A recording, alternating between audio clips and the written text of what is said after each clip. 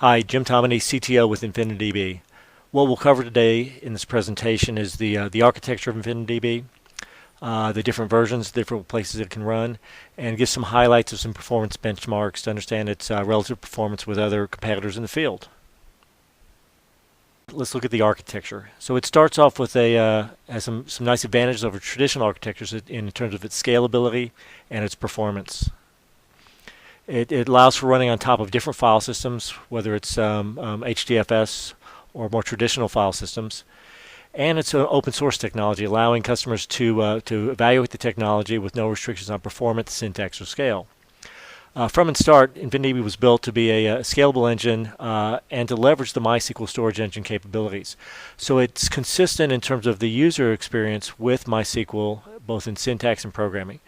It's important because it makes data accessible to the thousands of programmers that understand and know MySQL. So the nice quote from Brian Akers, who was formerly chief architect of MySQL AB. He calls InfiniDB a MySQL storage engine on steroids, which gives you a reflection of where it fits.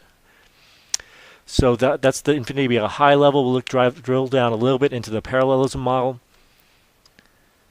So the technology itself breaks down into user module components and performance modules. The user module manages the connection, and the performance module is the distributed layer. So the typical implementation is actually just a single user module is required, and then the scalable layer is the performance module.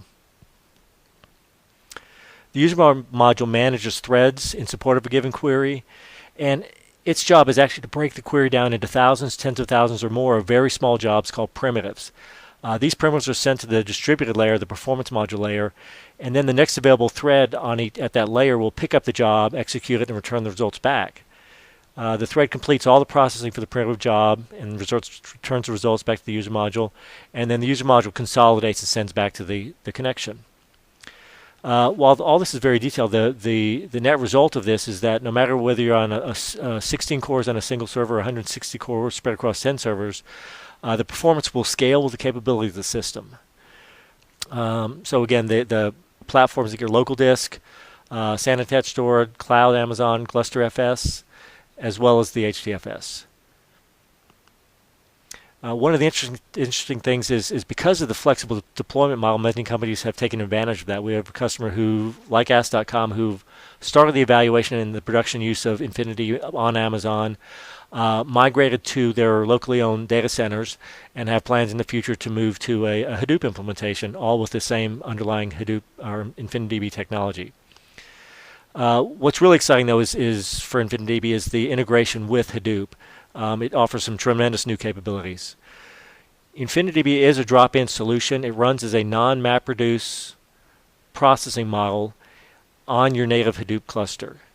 It doesn't replace the other parts of the Hadoop stack. Instead, it extends or what's possible with Hadoop. So there's still a place for HBase and for MapReduce for appropriate workloads. InfiniDB is just interesting in terms of opening up the data on SQL on Hadoop into the SQL users. We do run on Apache, Hortonworks, Cloudera distributions, and we have additional distributions planned for this year, for 2014. And why are people turning to InfiniDB for Hadoop? It's tremendous in terms of performance for real-time reporting, ad hoc analytics, using a familiar interactive SQL.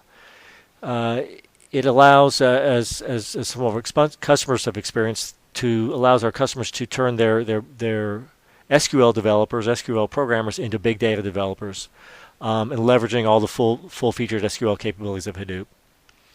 So what's been interesting for us, or part of the excitement around InfiniDB, is the idea of that it's a drop-in replacement tool. So you can drop in InfiniDB and leverage tools that connect up to MySQL. So we're partners with MicroStrategy, Tableau, and basically tools like Pentaho, Jaspersoft, and others that connect up to MySQL will run with InfiniDB. And to give a highlight, so the syntax itself is just engine equals InfiniDB. So we're really excited about the open source SQL-on-Hadoop benchmark we participated with. It was executed by John O'Brien with Radiant Advisors. a company whose job it is to advise their clients and their customers on technologies and emerging technologies. The data set itself was an open source web analytics toolkit called PWIC that competes to a degree with Google Analytics to allow for understanding traffic patterns on your website. We used their queries, their data model, and their data, and ran this benchmark against that data set. The results are here. InfiniDB compared with Presto, which is a Facebook technology that's been made open source, Impala, part of the Cloudera distribution, and Hive, which is sort of the baseline capabilities for Hadoop.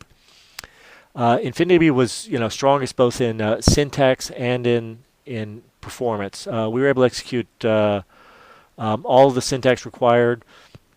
The queries ran between about 1.3 and about 17 odd seconds. Presto was next best with syntax support. They ran 9 of the 10 queries. Performance wasn't quite as good. They ran between about 19 and about 500 seconds. Impala was next best in terms of performance standpoint, but only ran about 7 of the 10 queries, and their response time was between about 3 seconds and about 70 seconds. And Hive had the most limited SQL support, and also the response time was as expected with Hadoop. Not really real time, was in the 90 to about 300 seconds response time. So we're really happy with the results. This reflects feedback we've heard from customers as well. And in addition, there's a benchmark accomplished by Percona that shows our comparative performance with Impala that reinforces the advantages here. So the core features of InfiniDB, so it's the scalable architecture, performant ad hoc analysis, consistent query response time, which means that there's no good queries and bad queries. Instead, you get the same high performance experience across a wide variety of queries.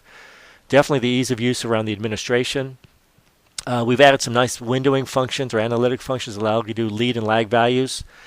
And again, the open source model, the deployment solutions, and then our enterprise support on top of the open source capabilities. Thank you.